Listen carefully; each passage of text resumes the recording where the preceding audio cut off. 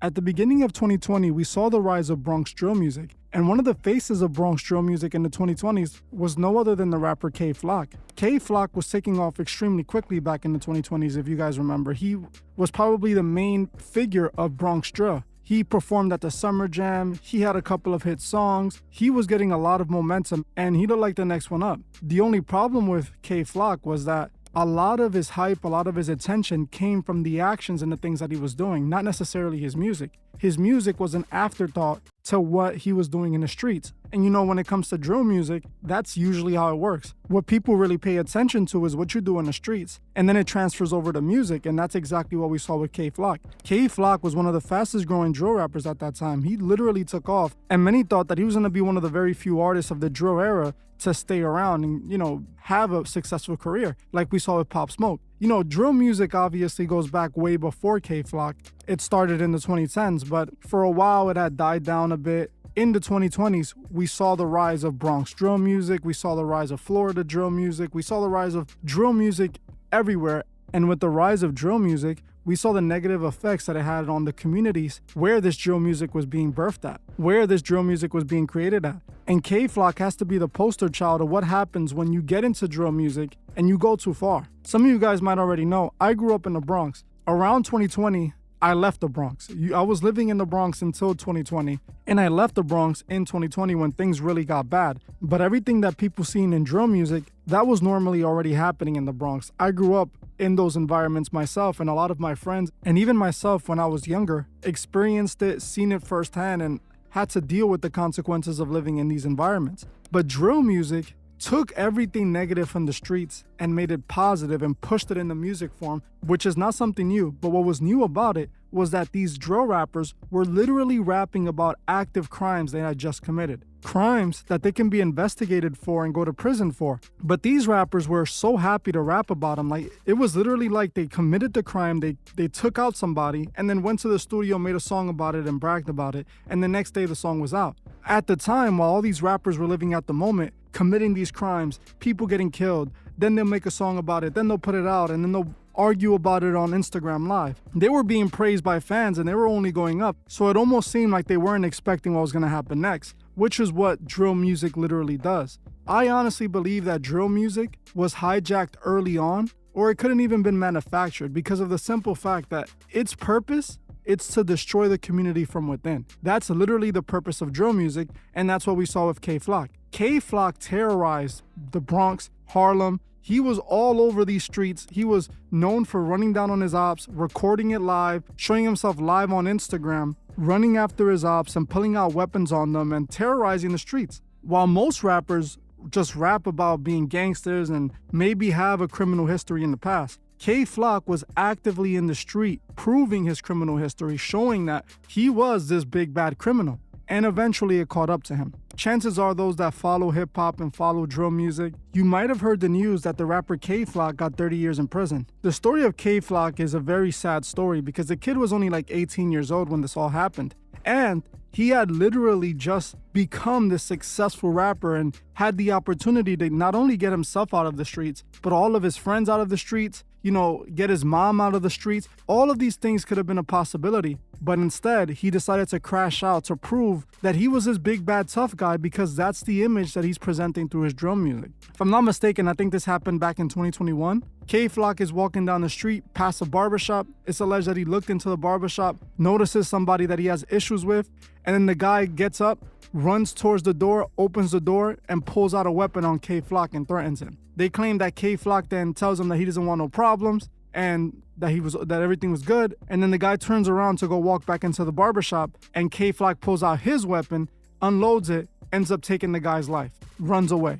It didn't take long for the authorities to realize it was K Flock because, you know, there's cameras all over New York, and they were able to match his outfit that he was wearing that day. So it was pretty much case closed. They already knew it was K Flock. When K Flock got arrested and eventually went to trial, his defense was that it was self-defense because the guy pulled out a weapon first. But in reality, if you are from New York, you know that there's not real self-defense laws here. You're not even allowed to have a gun. So the fact that K Flock pulled out and used a weapon, that already voids that self-defense claim. But even that, The fact that the man turned around and walked away, in my opinion, throws away the fact that that would be self-defense, because it looked like the man de-escalated and walked away. K-Flock was the one who pulled out and did what he did.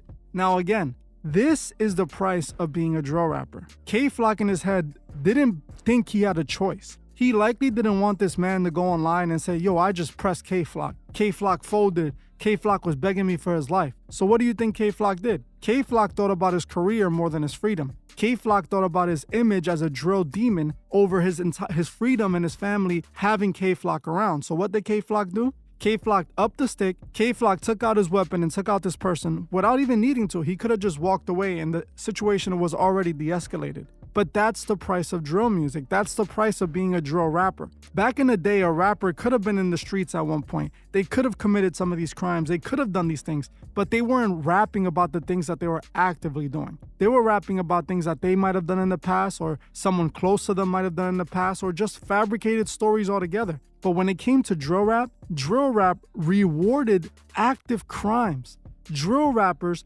literally became superstars because of the people they took out. That's literally what their entire career was about. And you can't tell me that that's not a manufactured agenda pushed into our urban communities to destroy the people there. When I grew up, I saw a lot of things for myself. I'm not gonna deny that there's always been crimes before drill. Obviously, there's definitely been crimes before gangster music too. But what I know for a fact was that gangster music made criminals desirable. It wasn't just a few bad apples who were gangsters, no.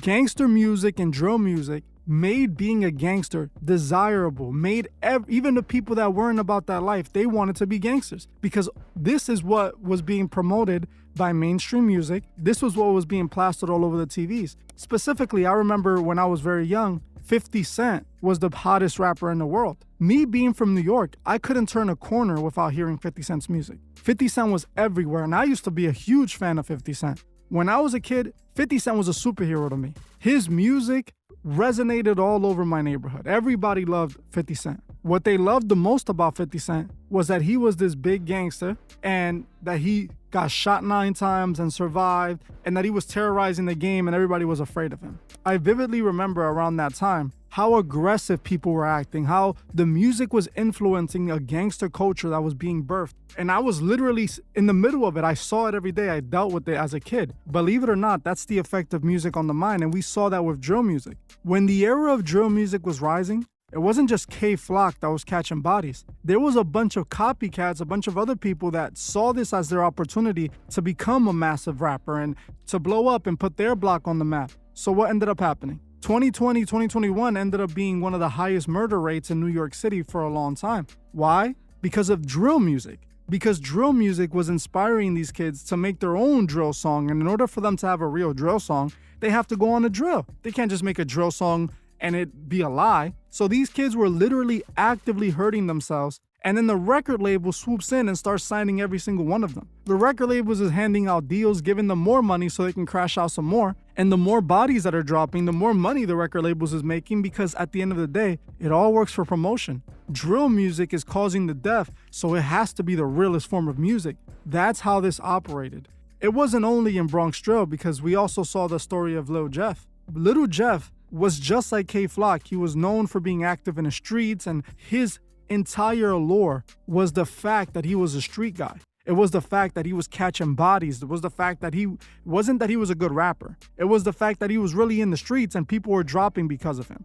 And at the end of the day, the way that he went out is honestly worse than K-Flock, because K-Flock, yeah, he's going to be in prison for 30 years. But if he survives prison and he survives health-wise and everything's good, he'll make it out of there eventually. But Lil Jeff is gone. Lil Jeff let the drill music, the streets mentality get to him to the point where he literally ran into his own death. The guy went to do a drill on some ops. He jumps out of his car with his weapon, runs towards the house to try to literally kick in the door, because this is something that he was known for. He would kick in the door of his ops and then take them out in their own house. So Lil Jeff runs up to this person's house, kicks in their door, and immediately gets shot. He passes away, turns into a giant shootout, and this potentially big rapper who had infinite potential and who could have made it as a big star just because of his activities in the street ends up dying. losing it all, losing his opportunity, just like we saw with K Flock. There is no way K Flock is gonna come out to become a rapper, and there's no way Lil Jeff is gonna come back to life and become a rapper. So they threw away their lives for something that they can't even enjoy. And that's how the devil operates. I've said this multiple times. The devil would prop up one person, give him everything, make him look like a star, make him look desirable. Also, he could lead so many souls astray. Now, honestly, people might think that this all falls only on the drill rappers or maybe the parents for raising their kids wrong and all that. I'm gonna tell you that's all wrong. It's not the parents, and it's not only on the drill rappers either. It falls on the weight of the record labels. These kids just want to make it. These kids are just following trends. These kids are learning from others. That's how we are. We are influenced by the generation before us. We are influenced by what we see, by what we grew up watching. That's who forms the people we are. So when we grow up idolizing hip hop and idolizing rap music and wanting to be rappers, when you see that there's this new opportunity that almost guarantees you to get a record deal, you're gonna go for it. And that's where the record labels come in. The record labels have no issues signing these menace drill rappers to terrorize their community, giving them more money, more resources so they can do more crimes and cause more destruction because it's not in their communities. Why would they care? It's destroying the urban community that they don't care anything for. We are the ones that are affected. My mom still lives in the Bronx. My friends still live in the Bronx. My family members, a lot of people that I care dearly, are affected by the music, not the rich executives that run these record labels. They live in the subs. They got they got security, they got well protected areas where cops drive around and protect the area, not like where we're from in the Bronx, where the cops don't protect the area, they terrorize it. So the record label has no issues pushing this. And it's not just about making money, because they're gonna make money, but it's about destroying the community and enslaving as many people as possible. It's like I've said multiple times. Drill music is the evolution of gangster music. Gangster music was designed hand in hand with the private prison industry to make sure that as many people as possible from the urban community, black and brown, end up in a private prison. Drill music is the evolved version of this because it's almost a guarantee. Not only are the drill rappers going to jail, but also the kids that are influenced to do the same thing, the kids around them, all of it. It's a system to destroy us from within. And that's exactly what the record labels did. They gave these artists a few $100,000. Next thing you know, half the town is arrested, end up in a private prison, and they make billions. That's how the system works. That's the true problem of drill music. That's the curse behind drill music. They literally pay you to crash out and destroy your life so that the audience can watch it live. And recently, I just did a video on NBA Youngboy, a 30-minute video on NBA Youngboy on my main channel, where I went through over all the information that I've learned about him. And I also showed exactly how NBA Youngboy was used to create the crash out generation. And this is one of the things that truly bothered me being from the Bronx and me actually witnessing my friends go to jail, me witnessing family members be hurt, me witnessing the effects of this gangster music on my community. And that's why I want to speak out. I honestly want to find a way to convince these kids that this is not the way, because I was one of them at one point. I was there. I experienced it myself. I dealt with it. I did things that I'm not proud of as a kid. I'm pretty sure many of you have as well. When we mature, we end up changing our mindsets. We end up changing the way we are. We turn to God and God guides us. But imagine if you never got that opportunity to learn from your mistakes. You never got your opportunity to grow from your mistakes and see, these things that I did were wrong, immature, and they were damaging my life. You don't get that opportunity when you throw away your life because you're trying to chase drill music. These kids who could possibly turn their lives around and become better influences and change themselves for the better, they don't get that opportunity. They lost that opportunity. They sacrificed that opportunity to be drill rappers. And it's sad, man. In reality, I pray for my community, specifically the Bronx itself, because I have so much love for the Bronx. I think it's a wonderful place. I just think that it's completely hijacked by the devil. And the devil has the youth in a grip. And we as the people, we shouldn't support this music. We should call it out. We should try to guide people in the right direction and help these younger kids not fall into the same trap that many of my friends, many of my family members fell into. And even I, at one point, was very close to falling into it. I'm not going to lie. I'm not perfect. None of us are. And thankfully, God always watched out for me. God always guided me and protected me. And eventually, I got back on track. So I want to thank God. I want to thank you all for watching. And I'll see you guys in the next one.